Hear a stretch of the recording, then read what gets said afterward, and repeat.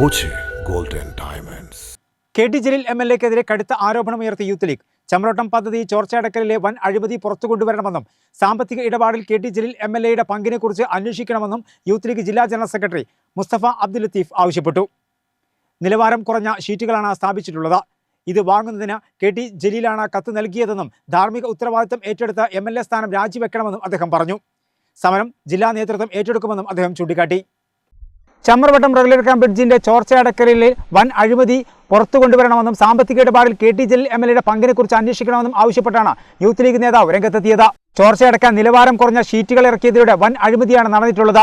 ഈ അഴിമതിക്ക് കളമൊരുക്കിയത് MLA-യുടെയും കരാറുകാരുടെയും ഒത്തുകളിയാണെന്നും youth league ജില്ലാ general secretary Mustafa Abdul Latheef ആരോപിച്ചു.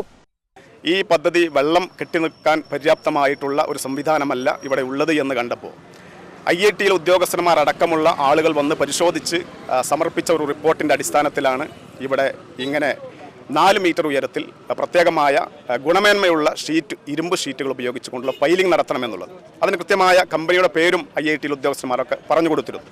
പക്ഷേ അത് സാങ്കേതികത്വം പറഞ്ഞ് ആ ഇന്ത്യയിലെ കമ്പനികളുടെ ഉൽപ്പന്നങ്ങൾ എടുക്കാതെ ചൈനയിൽ നിന്ന് ഗുണനിലവാരം കുറഞ്ഞ വില കുറഞ്ഞ ഇരുമ്പ് ഷീറ്റുകൾ കൊണ്ടുവന്നുകൊണ്ടാണ് ഇവിടെ പൈലിംഗ് ആരംഭിച്ചിട്ടുള്ളത്.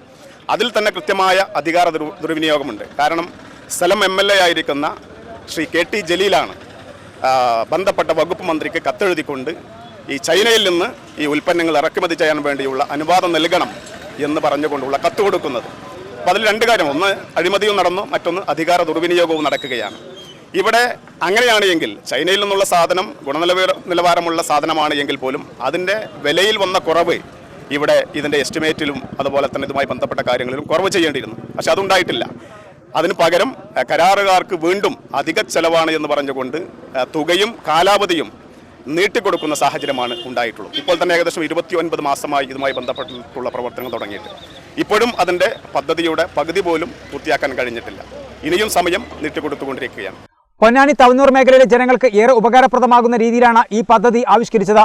എന്നാൽ വേണ്ട രീതിയിൽ വെള്ളം സംഭരിക്കാൻ കഴിയാതെ വന്നതോടെ പദ്ധതി അവതാളത്തിലാകുകയാണ് ഉണ്ടായത്. ഗുണനിലവാരമുള്ള ഇരുമ്പ് ഷീറ്റുകൾ സ്ഥാപിച്ച് വെള്ളം കെട്ടിനിർത്താൻ തീരുമാനിച്ചത് ഇതിന്റെ അടിസ്ഥാനത്തിലാണ്. ഡൽഹി IIT-യിലെ ഉദ്യോഗസ്ഥർ പഠനം നടത്തി റിപ്പോർട്ട് നൽകിയതിന്റെ അടിസ്ഥാനത്തിൽ ഗുണനിലവാരമുള്ള ഇരുമ്പ് ഷീറ്റുകൾ സ്ഥാപിക്കാൻ തീരുമാനിക്കുകയും ചെയ്തു. എന്നാൽ ഈ തീരുമാനം അട്ടിമറിച്ച് ഗുണനിലവാരം കുറഞ്ഞ ചൈനയിൽ നിന്നുള്ള ഷീറ്റുകൾ കൊണ്ടുവരാൻ MLA-യുടെ നേതൃത്വത്തിൽ എടുത്ത തീരുമാനം വൻ അഴിമതിയുടെ ഗൂഢാലോചനയാണെന്നും അദ്ദേഹം ആരോപിച്ചു. യൂത്ത് ലീഗ് സമരവുമായി മുന്നോട്ട് പോകുമെന്നും സമരം ജില്ലാ നേതൃത്വം ഏറ്റെടുക്കുമെന്നും അദ്ദേഹം കൂട്ടിച്ചേർത്തു.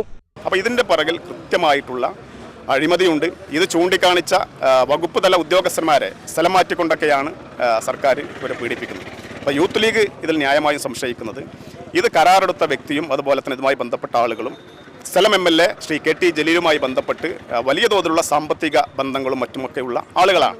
അവരുടെ താല്പര്യങ്ങൾക്കനുസരിച്ച് അതിൽ MLA-ക്ക് എന്തെങ്കിലും സാമ്പത്തിക താല്പര്യമുണ്ടോ എന്നുള്ളത് അന്വേഷണത്തിൽ വ്യക്തമാകേണ്ട കാര്യമാണ്. ഞങ്ങൾ ആവശ്യപ്പെടുന്നതും അതുതന്നെയാണ്. ഇതിൽ MLA-ക്കുള്ള താല്പര്യം എന്താണ്?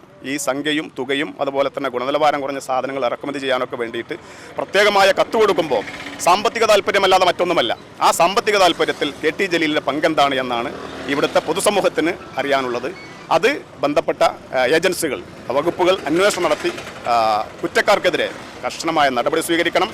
ഇത് വ്യക്തമായി പൊതുസമൂഹത്തിന് മുമ്പാകെ ഈ അഴിമതി വന്ന സാഹചര്യത്തിൽ MLA ആയി തുടരാൻ KT ജലീലിന് ധാർമ്മികമായി അവകാശമില്ല എന്നുകൂടിയാണ് ഞങ്ങൾ ഈ സമരത്തിലൂടെ മുന്നോട്ട് വെക്കുന്നത്.